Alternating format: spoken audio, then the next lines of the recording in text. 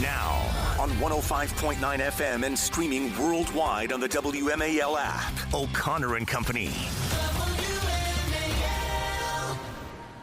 We're just getting started. Well, that's not true. We're halfway done. If you missed any of our shows so far, please subscribe to our podcast and download it. It's O'Connor and Company. You can catch it, well, wherever you like hearing your podcasts. It's 7:07.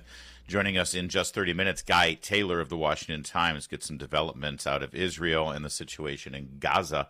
It's Larry O'Connor with the effervescent and always charming Julie Gunlock. Not always, but pretty close.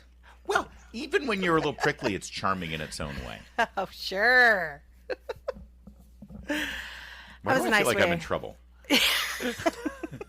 Always. Joining us right now, Lindsey Burke. She's the director for the Center for Education Policy and a fellow in education at the Heritage Foundation. She'll be testifying, by the way, later today on funding for public schools. Lindsey Burke, thanks for joining us. She is always charming, I have to add. You are charming. Yes, you would. Yes, always. Lindsey, there's a little bit of a debate going on in Washington, D.C. I liken it to the ring, the one ring to rule them all in Lord of the Rings, where you want to destroy the ring. You got to get rid of that ring. That ring is bad. It's horrible. No good can come of it. The ring in this case is the Department of Education. But then, once you get the ring and you're in charge of the ring, you start convincing yourself, well, we can do really good things with this ring. But that's the problem. That's the insidious nature of this evil ring. So where does this debate stand right now with Republicans? Are they going to end the Department of Education, or are they going to try to use the Department of Education for good instead of evil? Throw the ring into the fire. I think everybody. Thank you. I think Thank you, Frodo. I think conservatives have rallied around the understandable position that it is time to finally correct Carter's mistake. And it was a mistake. Look, when the Department of Ed was created in 1980, we saw a massive bureaucracy centralized in Washington. We have seen, by the way, throughout the 20th century, every single year, education spending increased 3.5% per year every year. Education spending, inflation adjusted, has tripled since 1965, since the war on poverty started. And the same is true since 1980, since Carter launched the Department of Ed. We have seen utter failure out of the agency, indoctrination, the agency doing nothing but come between parents and their children's education. And so it's finally time to wind it down. Now, I'm curious what is the best way to convey to the American public that this isn't the end to education? You see this from the left. You certainly see this from the unions, who say, kids will simply not learn anymore. There won't be any education anymore in America. And I feel like it is really hard to explain to Americans what exactly the Department of Education does, because a lot of education sort of policy is controlled through the states, and it's certainly the money. So what do you suggest to people who might face this panic from people about the dismantling of the Department of Education?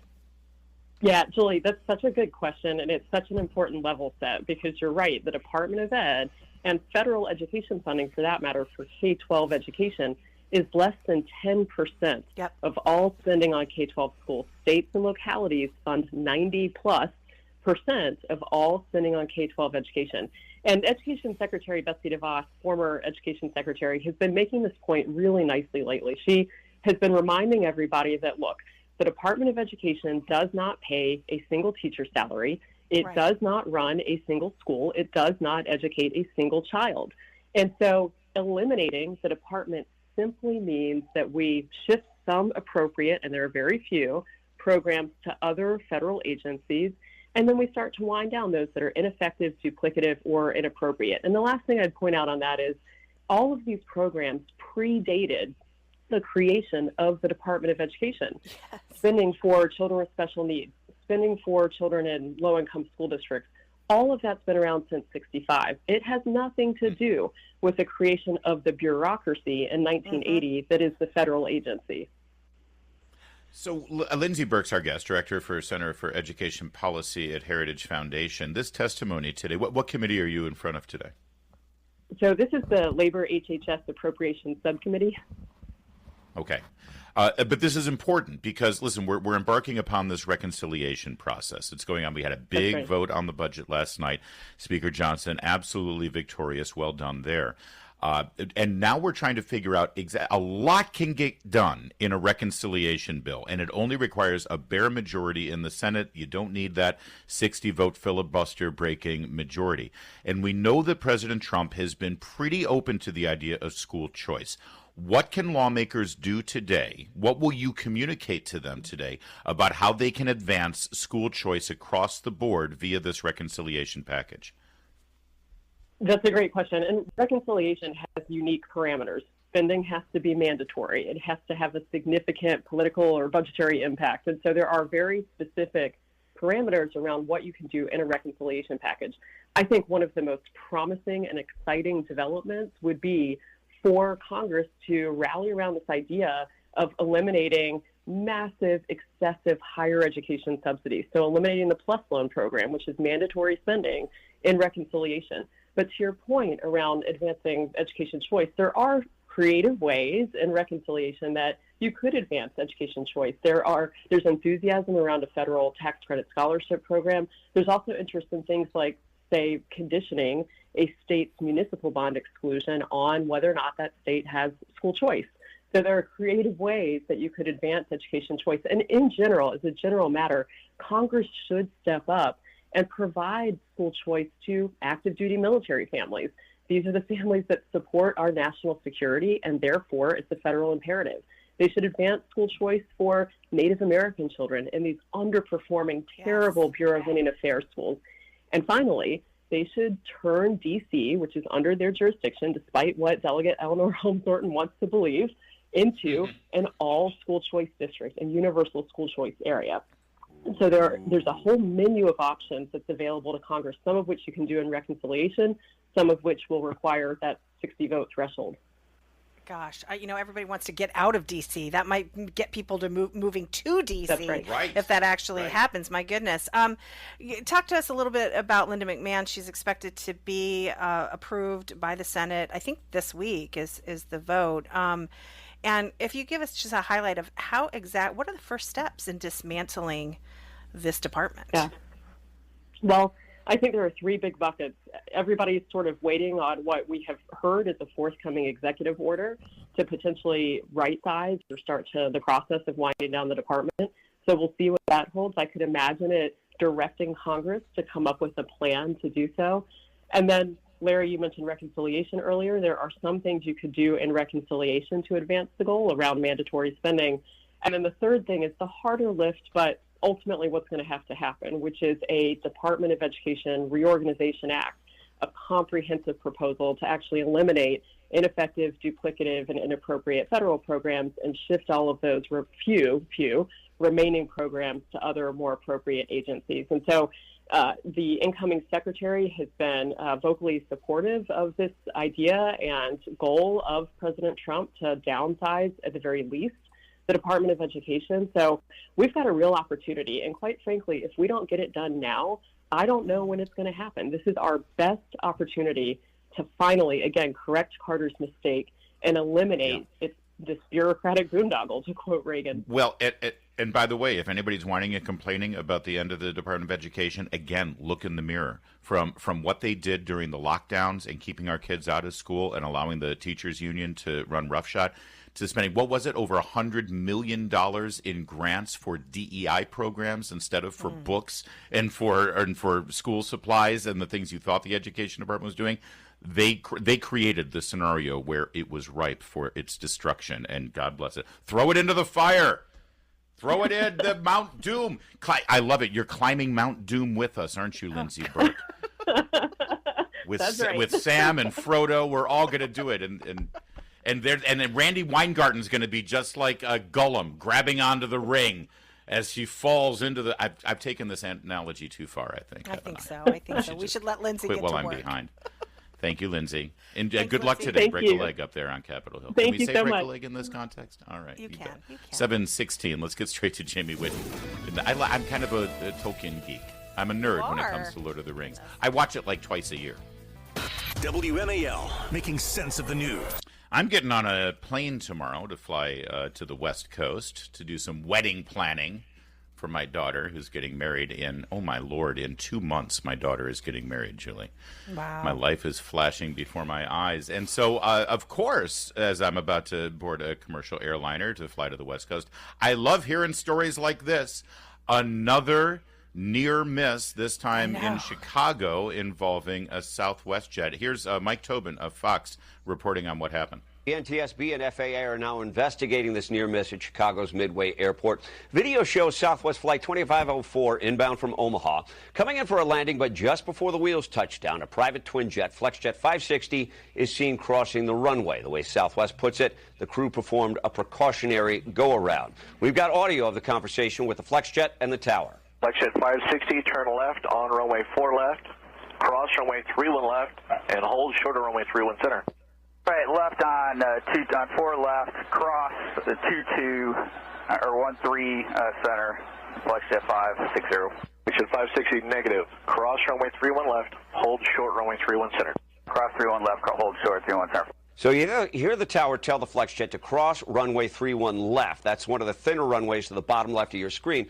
Then hold before crossing 31 center. 31 center is the big runway in the middle where Southwest Flight 2504 is supposed to land. The pilot doesn't seem to get it the first time, but acknowledges the second. Still, that video shows the private twin jet in the runway as the big 737 is coming in. And obviously this is... Well, go ahead. What I really wish you could see, our listeners could see, is the Southwest jet pilot then putting his middle finger up in the window of the jet. Because if you watch the video, okay, I'm kidding, you can't see that, but I mean, that's what you would do if you were driving in Alexandria and somebody did that. Deserved road rage here. It was, I mean, this video is insane. Of this private jet going right in front. The Southwest pilot is an absolute hero, and it was a beautiful touch and go, as often pilots have to practice when they're getting their pilot's license or maintaining their flight hours. It was a touch and go, but this time with a Boeing 737, I think it was. Of course, I was about to say jokingly, of course, clearly this is Elon Musk's fault that this happened. And it is not. The air traffic controller did everything right. The pilot of the Southwest jet, this is human error, as the aviation expert at Fox tells you here, cut 17. The instructions given to that small jet were not listened to by the pilot. As a result, we had a near miss. In this case, it's not a systemic issue. It's really a human issue. There are systemic issues that add to this, but right now, the real problem was a pilot who didn't pay attention. Yeah, that's... And by the way, this pilot, this is this group called FlexJet. FlexJet is sort of like a timeshare for private jets. You sort of have partial ownership. And people have tried to talk me into this. I've known people who participate in this and love it. Yeah, nobody has approached me. They see those Target shoes and they're like, "Nope, I don't think she's ready for the jet." I can't afford it either. I love this. I love this. Like this just soft bragging. Like, people have approached me. No one's approached me. No. Everyone's like, this no, is she's the poor. Problem in Washington D.C. You travel in certain circles and they all assume that radio people make and don't get me wrong. I travel one in or different two circles. I travel in the Aldi. In the Aldi Costco circles. Okay, sorry. And strangely this, and I've got a weird thing because I actually like flying commercial. I don't mind it, and I very rarely have a bunch of delays. It's like that people like this because there's no delays. You get right into the tarmac. You get right onto your little private jet, and it's a lot cheaper than owning a private jet. It's like, oh, what? Everything is cheaper than owning a private jet. Give me a break. But this guy, I mean, this is not a good look for FlexJet, that this pilot, and you could hear him, he was clearly discombobulated. I don't know if he wasn't paying attention. I would think if you're a pilot of a passenger jet, you are nothing but locked in at all times, especially when you're on the tarmac getting to your runway. I mean, that's actually, people don't know this, that's one of the most dangerous times when you're on the jet is when you're taxiing. Yes, when you're taxiing. There's no traffic up in the air. Right, you're not, right. Right. So good on everybody involved here, and you're right. It is remarkable that we have that video. So Larry, and we your can travels see it. your travels coming up. Is it on a FlexJet? Are you having to slum it on commercial? I will be flying. I'll be flying the friendly skies. Thank you very much. An economy? It's No. 7:23. Hell no. 7:23. Making sense of your world. Talk radio is where I get all of my information. News Talk 105.9 WMAL. Making sense of the news. Now on 105.9 FM and streaming worldwide on the WMAL app. O'Connor and Company. 7:37 here on O'Connor and Company as Julie Gunlock and I give you play-by-play coverage. We've got a front row seat here of the end of our republic as the White House Correspondents Association will no longer be able to choose who gets into the press pool to cover the president in the Oval Office. Honestly, this is how democracy ends. Yes. Yes. It's with Jar Jar Binks voting for the emperor or something like that. That is Julie Gunlock, the grande dame of the Independent Women's Forum, who, by the way, she, along with Carrie Lucas, have a great op-ed about our health crisis in this country and how we got here. It's over at Real Clear Health. Check out that column. Joining us right now is Guy Taylor. He does yeoman's work as the national security editor over at the Washington Times. And there's a lot going on here, Guy. Let's get right to it. Thanks for joining us this morning. Larry, great to be with you. Good morning. After President Netanyahu's visit here to Washington, D.C. about 10 days ago, and President Trump's promises, not threats, promises that if our hostages aren't released, all hell will break loose, everyone's sort of holding their breath, waiting for the next shoe to drop. What's happening right now with the Gaza situation? Well, the Trump administration is trying to begin the underpinnings of a grand strategy for the Middle East. And the primary goal being not to re-engage tens of thousands of U.S. soldiers there in a very expensive way. So we're watching that unfold, and the Gaza Strip situation is right in the center of it because that conflict, the Israeli-Palestinian conflict, is not resolved. We've got a very delicate ceasefire that continues to play out. President Trump has sent Steve Witkoff, his new envoy, to try and keep that ceasefire alive. And when all of that plays out, there's Iran. And Iran is very much weakened by this war. Remember back in October, the Israeli military bombed dozens of high-level military sites in Iran. So the Iranians are really on a back foot. And their regime, their pro-Iran regime in Syria has suddenly fallen. Their primary proxy in Hezbollah in Lebanon has been broken. Hamas, the other proxy, is also on a back foot, and there are still the Houthi militants in Yemen. But really, Iran is so weakened that a lot of people in the national security community, regardless of politics, feel pretty strongly that there's a once-in-a-generation moment here for the Trump administration to try to rally Arab powers, the rivals of Iran, around a security alliance that includes the U.S. and Israel to try and finally contain Iran once and for all. And the linchpin in it is Gaza. Remember, because the Arab powers are very sensitive about Gaza. We've seen the Saudis, while they're welcoming Trump, and they very much want to have a big diplomatic role. The Saudis are worried, and they've spoken out and said they want a two-state solution. They want the Palestinians to control Gaza.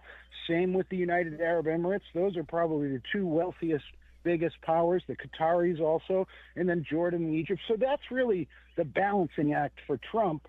And whether or not he can pull it off, we're all sort of watching here. Well, let me follow up on that with you, Guy Taylor. Guy Taylor is with us. He's the national security editor at the Washington Times. He's also, by the way, got a newsletter and a podcast called Threat Status, which I love the name of that. That's very cool. I understand you just returned from Abu Dhabi. You know, the Trump administration 1.0, they were able to have the Abraham Accords, and it was really basically out of the power of them moving that embassy and saying, you want to be friends with America, you better make friends with Israel. And that was enough to turn some Arab nations there. But you mentioned the Saudis. You know, the Saudis saying we want a two-state solution. Well, is that really because they care about the Palestinian people, or is it because they're worried about their own people there in Saudi Arabia? Because they have a very fragile hold on power there, as they always have in the kingdom. All true points. I think, you know, that this is the question, is can Trump push an Israel-U.S. approach that says, look, we're going to take over Gaza? we're going to rebuild Gaza. We're going to make it into this Riviera. That's the rhetoric. I think where Trump is on the edge was the statement that he made about relocating Palestinians from Gaza. That was taken very sensitively in the region. A lot of Arabs felt that it was tone deaf. But you raised a very good question, and you raised a very good point about the success of the Abraham Accords back at the end of the first Trump administration. That was historic because it pulled the lid off for the world to see that most of the Arab powers don't even recognize Israel as a country. And the UAE was really the most prominent of the Gulf powers to join the Abraham Accords. Of course, the Saudis resisted it. And that's kind of, I think, the mantelpiece here is, can the Trump administration, as it increases diplomacy with Saudi Arabia in a way that really was lost for 4 years with the Biden administration, can he convince Mohammed bin Salman, the crown prince in Riyadh, to recognize Israel as a country? There could be a quid pro quo there, that if the Saudis recognize Israel, perhaps the administration will yield a bit to the Arab interests vis-a-vis the Palestinians. That's what Steve Witkoff is working on in the region right now. But the immediate thing is to keep the ceasefire alive. We'll see if it works. The Palestinians have, both sides are sort of struggling with coming up with the prisoner exchange. And hopefully there's not another explosion of violence in the region. What is the what is the position of the Saudis on the U.S. sort of taking over Gaza? I mean, have they been vocally opposed to that? Are they supportive of it? I honestly don't know where they land on that. They haven't been vocally opposed on it. They've just reiterated their messaging on the two-state solution, saying we would never support anything that involved the displacement of Palestinians from territories and lands that have been agreed to in the past. And we don't have to get into the granularities of the various stages of Israeli-Palestinian negotiations. So their position on that hasn't changed. When it comes to bringing U.S. money into the reconstruction, I think the Saudis would support that all the way. Sure. So that's the hard negotiation here. And the question is, can the Trump administration engage in all of this in a way that supports the primary ally of Israel, but also looks forward and avoids an explosion? Remember, Syria is very volatile right now.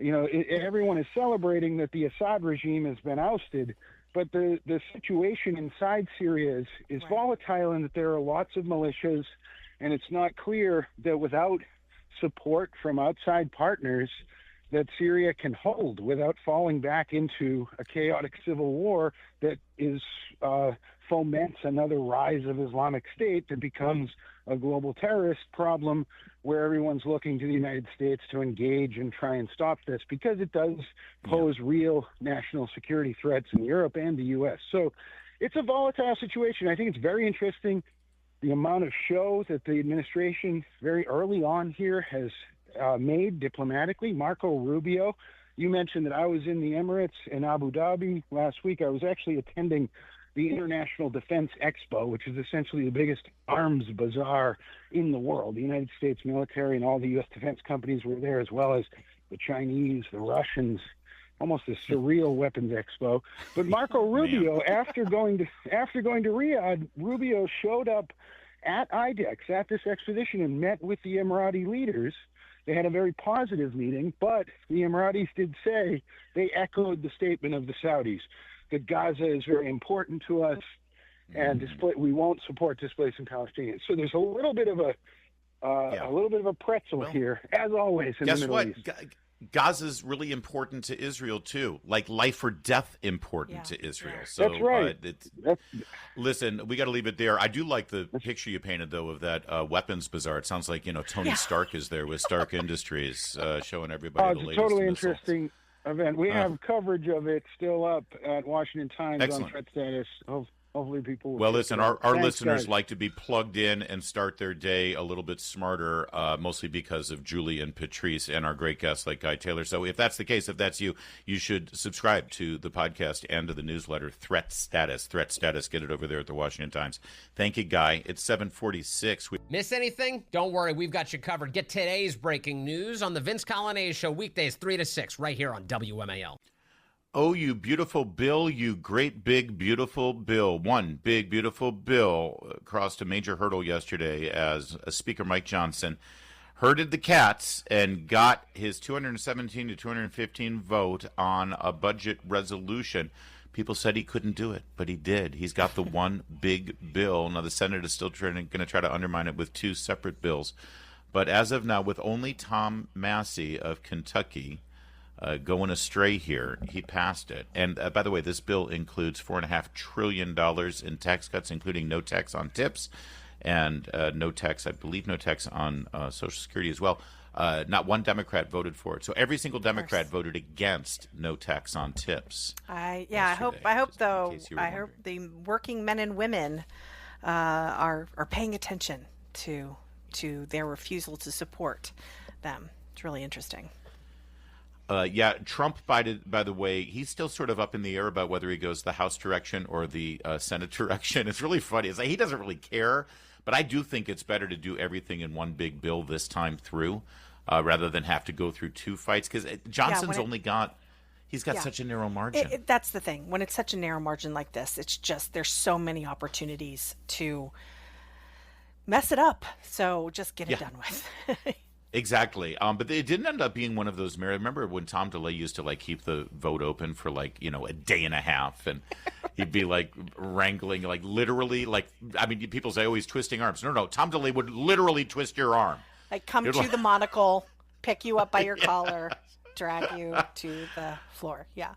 So we'll see what happens. The budget resolution is done. Now that opens up the door for Senate reconciliation process to begin. Now Ways and Means steps in. That's where Chairman Smith, who's already been doing work on this, gets to make it all happen. And we'll see. But if you're into sort of the nuts and bolts and sort of the making sausage process here, it was a pretty exciting day, but not quite as death-defying and terrifying as we expected. You knew Massey wasn't going to get there. The other holdouts were Victoria Spratz and Tim Burchett, but they came along pretty quickly because it was like, listen, give us this vote. You get another chance. There's going to be another vote once we get everything done and the Senate gets it. But let us move forward, and that's sort of what they agreed to yesterday. So we'll see what happens. It's 7:53 now.